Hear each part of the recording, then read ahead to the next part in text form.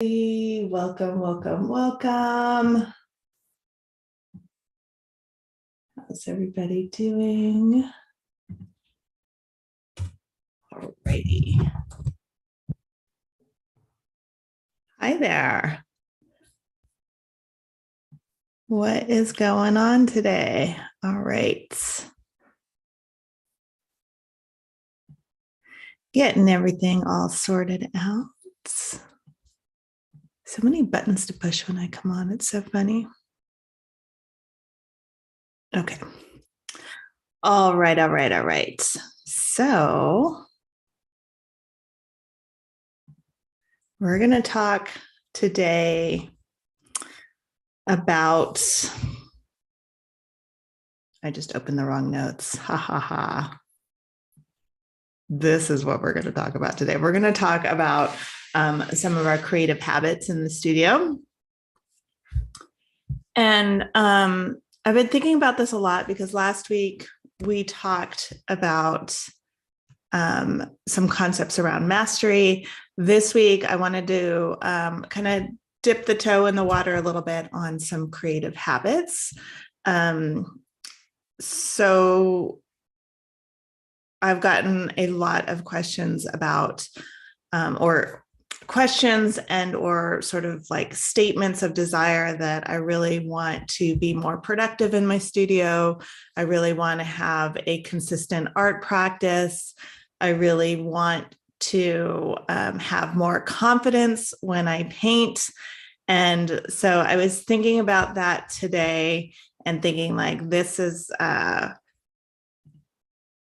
our creative habits and how we show up in our studio have a direct impact on that. So I thought it would be a great thing to address. So just want to kind of check in. Yes, y'all can hear me correct. Beautiful. Yes. Okay. Sweet. So the two things I think that I thought I would hit on today is I'm trying to think like how to sort of like give this an umbrella. I think the umbrella is our creative habits and how we show up in our studio. But one of the things that I've kind of noticed is and that I talk about often is taking baby steps in order to get to where we want to be as artists. And I think sometimes what happens is artists do take the baby steps. Like we're taking a lot of baby steps. And I think a lot of you who have been listening to the podcast, who are in Growth Studio, who come here to Mindset Mondays, who are in the free community, kind of are accustomed to hearing me probably talk about, taking little tiny steps to get there. And so many of you are doing that. But what I'm seeing is that part of the thing that is required of us when we're taking these baby steps and we're making this commitment is to sort of understand that what we're looking at is a long-term goal. And when we're taking our baby steps every day, we don't often realize how far we've come. Like that's the thing. That's kind of like the thing that I was thinking about this morning is that a lot of people are kind of frustrated by where they are with their art, and they're not recognizing how much they actually know, how much they're already doing, and all of the things that are going well in their studio, because they're so focused on, I'm here and I want to be over here. And so often you don't recognize that like you started from way back here and look how far you've come. And that's really exciting. Instead, they're looking at like, I'm here and I want to be over here and I'm not there yet. So there's a problem. When we kind of have that thought process, or it's not even that thought process, it's more like the absence of recognizing that the baby steps, the daily things that we do are making a huge difference. So we're discounting or minimizing the progress that we're making. And oftentimes people don't even see it. It's literally like, to them, it's just not there. So we don't recognize how much progress we're actually making. And I think a lot of this is because we're kind of hardwired to pay attention to short-term goals. We don't pay a lot of attention to the progress that we make. We're just more focused on the short term, those little dopamine hits that we get, that are designed to be addictive because they keep us going, but we kind of lose sight of where we're actually going. And the dopamine hits are really important because they give us like some relief. Like it makes sense. It gives us some relief to the tension that we're feeling. So of course, we're going to go look for any dopamine hit that we can get. And instead of creating that for ourselves, oftentimes people will go to other places to get it, AKA Instagram, or like all these other things that we do. We're feeling the discomfort from wanting something, wanting our art to be better, wanting our art to be in a different place, and not having it. So really what it is where the discomfort we're experiencing is from thinking that we should be where we are not currently. Like, I should be over here and I'm here. And so this is uncomfortable because this is what I want over here and I'm here. And the discomfort, like we talked about last week, is like the feelings that we have about it, like the feeling that we're feeling discomfort because of our own impatience.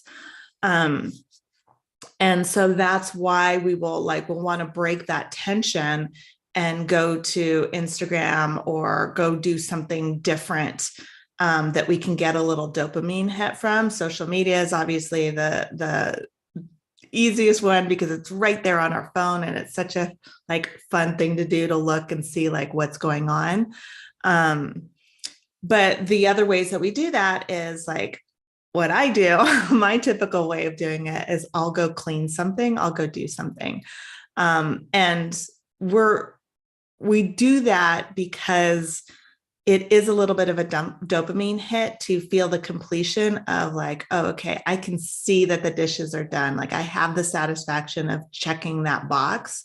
I have the satisfaction of seeing those little numbers go down or go up on Instagram or whatever, like on social media. So those are the things that we get like a tiny little dopamine hit from that.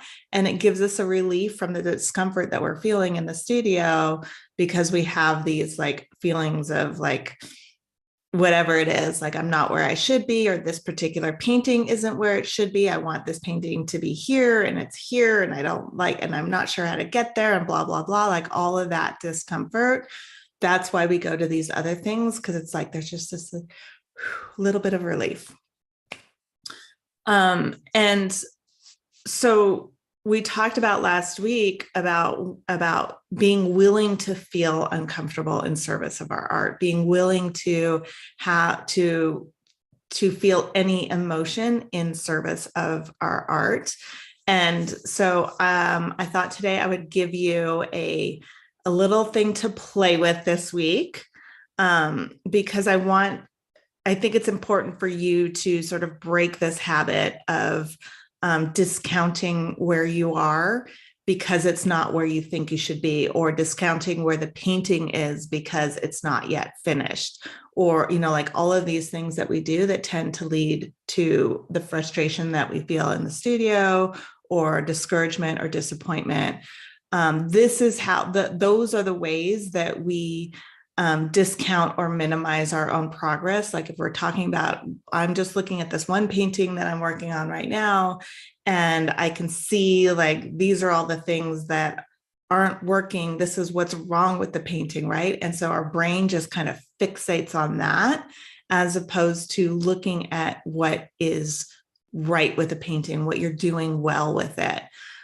We don't recognize how much progress that we're actually making because we're so focused on everything that isn't right or that isn't where you want it to be. And what I want to propose to you is that you start celebrating your wins. Like celebrate, find anything and everything to celebrate in your painting, in your work, and where you are. Take time to notice and appreciate what is right with your painting. And it's going to feel weird and it's going to feel uncomfortable at first because you're just not used to doing it, because you're so used to seeing what's not right. And so I want to offer you that either way, you're going to be uncomfortable. You're going to be uncomfortable looking at everything that's wrong with your painting, or you can be uncomfortable by choosing to look for the things that are right and to notice them and to acknowledge them. So give yourself a fist bump for like just showing up in your studio today, if today is a studio day, or like throw your arms up in the air and give yourself like, yes, just for being here on Mindset Monday, like just for showing up for this. This can be part of how you show up in your studio. Find anything to celebrate, to put yourself into that place of noticing what is going right. I'm also going to give myself a high five today because like this is like how serious I am about it. I will find like anything and everything to celebrate. So this is kind of, but like I think it is related to my art practice, because I think that the way that we take care of ourselves is very much related to that. But the high five I gave myself this morning when I walked into my studio was I did not have lemon pie for breakfast this morning. So I totally gave myself a high five for that. I had a bunch of friends over for dinner and they had the absolute audacity to leave almost like a half a lemon pie in my house, even though they have like 3 kids and they could have easily taken it home and it would have been gone already. I have half a lemon pie sitting there. So I opened my refrigerator this morning to get the milk for my coffee, and there's a lemon pie sitting there. I'm like, oh my God, that would be so good with coffee. But it would also probably make me feel like groggy and ill when I go into the studio. So I'm saving it for a little bit later. Now it's 2:00 my time. So it's after lunch. I might have coffee and lemon pie later on. But celebrate anything, everything you can for showing up. The reason why, the benefit of doing this is you are training your brain to recognize and acknowledge progress, which is different from how a lot of us normally show up in the studio. And when you train your brain to recognize and acknowledge the progress that you are making, you create your own dopamine hit so that you don't have to go to social media or cleaning or any of those other, like whatever your little like dopamine hit is, you don't have to, or lemon pie, you don't have to go to that to get the dopamine hit. You provide it, you create it, and you provide it for yourself. For those of you who are in Growth Studio, this is something that I'm going to be asking of you from now on. Is I want to hear what your wins are, and I'm going to be asking you this at the beginning of every single call that we have, because it's so important that as artists that we get into this habit, so that we don't go to all of those other places that tend to be a time suck and that tend to like take you out of the creative mode. This is, by the way, also how you tone down your inner critic. That was another thing that I've been hearing artists like wanting to hear less of from their inner critic, to have that voice kind of like toned down a little bit. Some people, when I tell them to take the microphone away from their inner critic, some people think that if they do that, they will lose their edge. Like if they celebrate their wins, or if they don't listen so much to the inner critic, they will somehow lose their edge, that they're being too nice to themselves. They think that they will somehow let themselves off the hook. I'm telling you that you can be very ambitious and very driven, and you can still have your own back. I'm going to give you an example. Shock of the world. I'm going to talk about my dogs for a minute.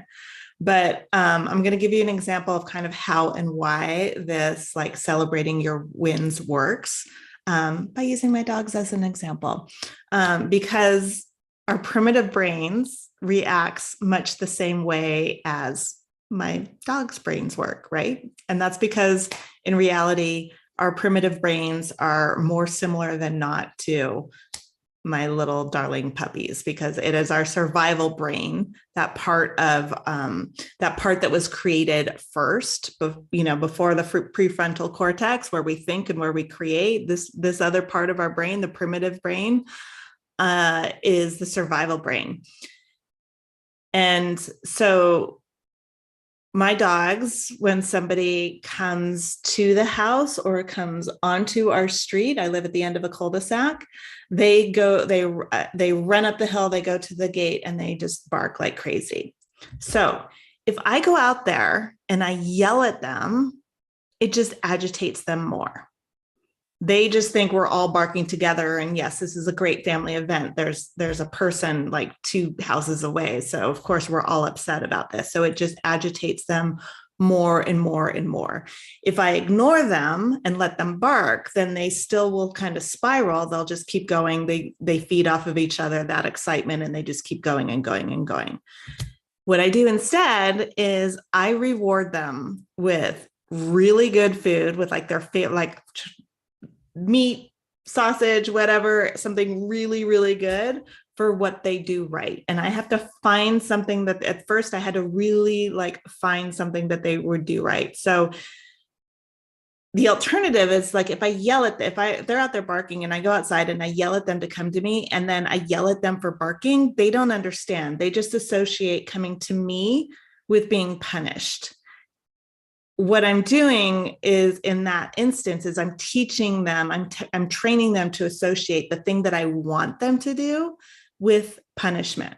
And this is what we do with our art. When we are constantly criticizing ourselves in the studio, we start to associate that creative process with this kind of feeling of being punished. Now, when the dogs bark, I've been working with them so much. When I hear them out there barking, I stop what I'm doing. I go outside, I call them, and they come running to me and they lay down at my feet, and they get heavily rewarded for doing that. I have like a bag of tricks, always a bag of treats, always ready for them. They get heavily, heavily rewarded for doing the thing that I want them to do. So I'm teaching them that when they come to me, amazing things happen in the form of treats and belly rubs and loads of praise. But that didn't happen in one shot. So me hearing them bark and opening the door, just hearing the door open is enough to get them to come running down. It didn't happen in one shot. At first, I had to walk all the way up the hill, climb the stairs, get close to them, and get their attention. And at first, that was what they were rewarded for. That's the thing I praised them for. They looked at me, that was enough. I got something, right?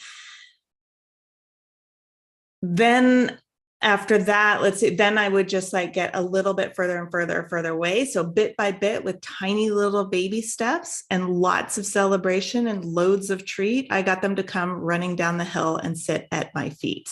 And from there, I taught them to come running down the hill, sit, lay down, be calm, and then they get the treat, right? So baby steps and lots of praise. This also works on your brain and your creativity and the way that you create your art. If all you do is criticize your work and tell yourself that you should be somewhere different than you are with your art, you create a hostile work environment for yourself. This is why so many of you are not consistent with your own work. You've pretty much trained your brain to expect punishment when you go into your studio, or disappointment or frustration. You've basically trained yourself that maybe something good will happen when I go into the studio, but I really hope it does. But the experience that I have is that no matter how hard, like this is what your brain is thinking, like no matter how hard I try, The only thing I will get in return is a long list of all the ways that I'm a disappointment and not good enough. Because that's what happens for a lot of you when you go into your studio. You might be painting something and you're like, okay, this is working. This, like, you might kind of like have that. And then you sit back and you're like, and this sucks, and this sucks, and this sucks.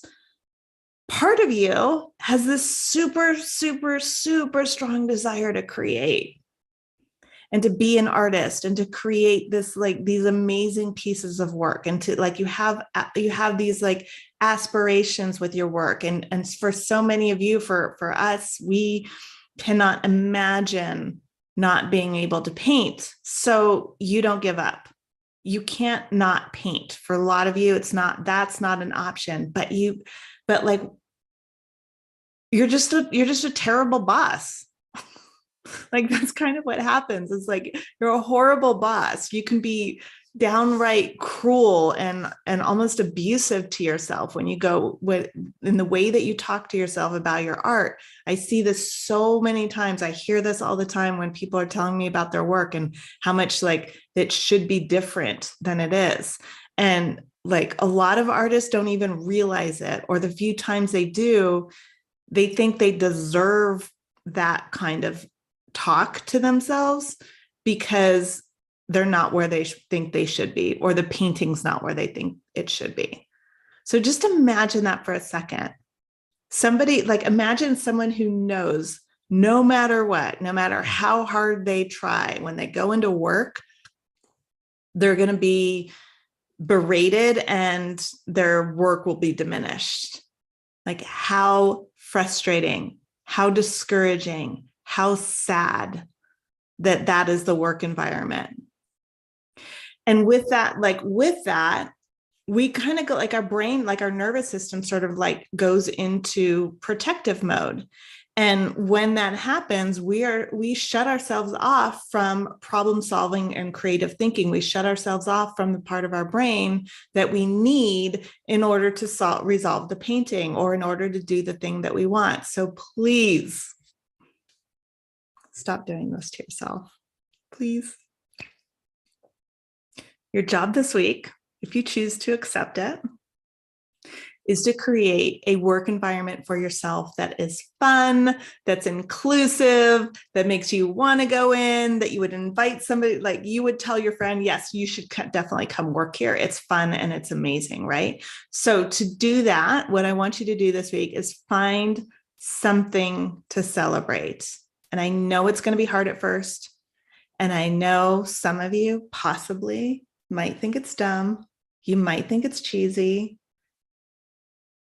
You might think, Aunt Therese, she's insane. She doesn't really understand how bad things are with this painting, or she wouldn't dare suggest that I just waltz into my studio and just start celebrating this.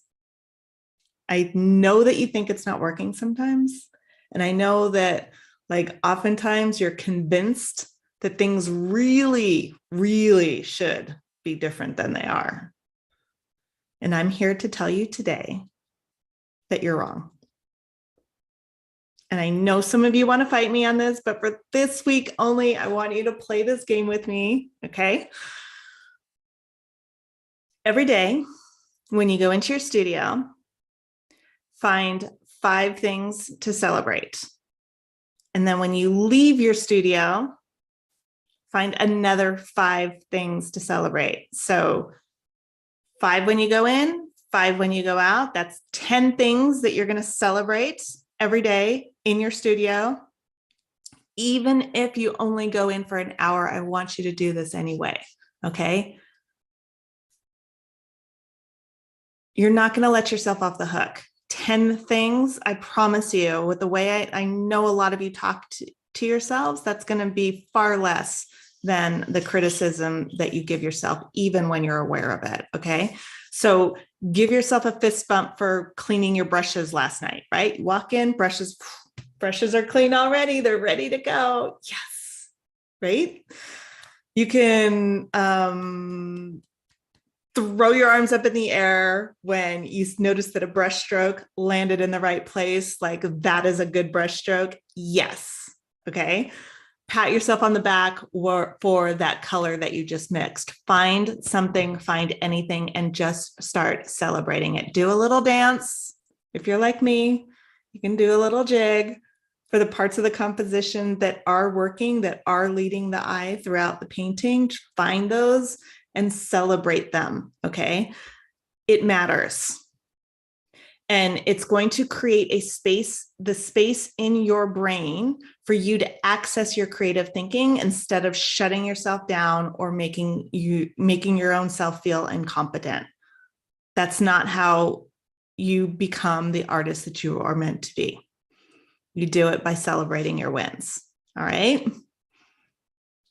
Yes, I'm totally being a cheerleader for you today and every day because that is just how I roll. That is what I do. All right. Anyone want to come over and eat lemon pie with me? You're more than welcome. This thing is like massive. Okay, friends, celebrate, celebrate, celebrate. Have a fabulous week every single day. 5 when you go in, 5 when you come out. Okay. Have an amazing week. Talk to you soon. For those of you in Growth Studio, I'll see you soon. For those of you who are not in Growth Studio, seriously, why? Come join us. Let's go. savvypainter.com/join. You have to come be with us. Bye.